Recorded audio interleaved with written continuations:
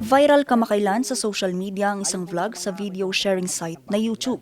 Dito sinabi ng isang magsasaka sa video na mayroon daw formalin ang ilang sayote para magtagal ng 3 linggo.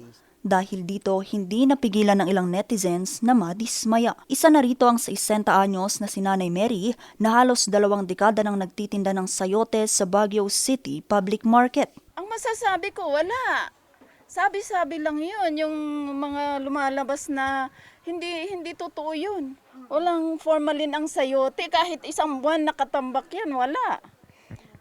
Ano yun, nasa business tayo kaya paninira lang yung ganong sitwasyon. Pagsasabi na yan. Ngayon ko lang narinig yan. Giit rin ng ilan pa nilang mga kasamahan, halos organic raw ang mga sayote na kanilang binibenta. Organic data sa yote.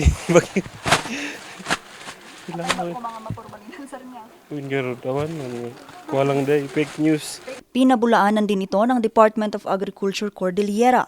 Ayon sa ahensya, kayang tumagal ng sayote ng 1 buwan mula sa pagkakapitas nito dahil sa malamig na klima sa Cordillera. Ang matabang lupa, madalas na pag-uulan at malamig na klima sa rehiyon ay magandang kondisyon sa pagtatanim ng sayote.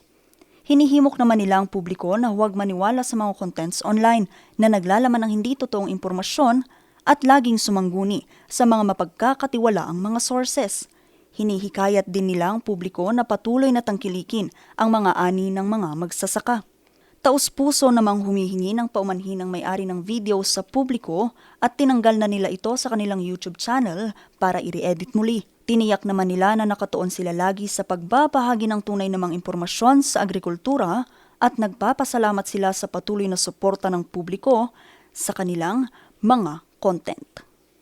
Vanessa Bugtong, RNG News.